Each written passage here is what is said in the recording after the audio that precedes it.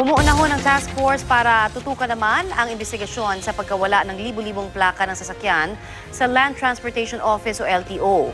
Humingi na rin sila ng tulong sa NBI para matunton kung saan napunta ang mga nawawalang plaka na posible umunong magamit sa modus. Balitang hatid ni Chino Gaston.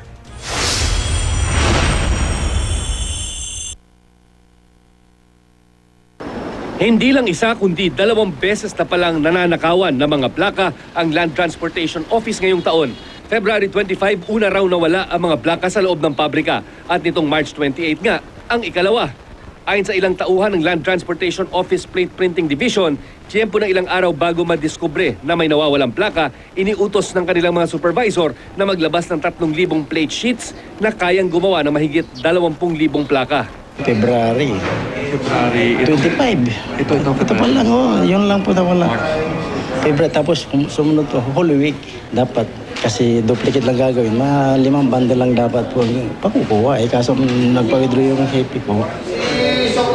3,000. Madami talaga. Madami talaga. Ipinatawag na ng QCPD Criminal Investigation and Detective Unit ang 14 na mga tauhan kasama ang tinutukoy na supervisor ng Plate Printing Division para kunan ng salaysay. Todo tanggi ang ilang nakausap naming taga-LTO na may alam sila sa nangyari. Kasi wala pong pasok na, nasa bahay po ako. Yun ang pong kung talaga nagulat ako, ba't nagkaganon. Nagtataka naman ang pamunuan ng LTO bakit walang report ukol sa mga nakaraang insidente ng nakawan ng plaka.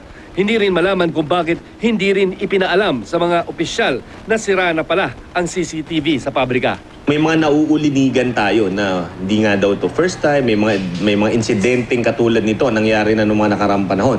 Pero gusto natin makita yung nito, no, mga actual reports bago tayo makapagbigay ng komento rito. Nagbuo na ng task force ang LTO para imbestigahan ang insidente.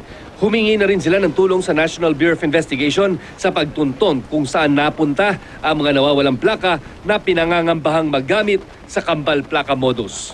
Chino Gaston, GMA News.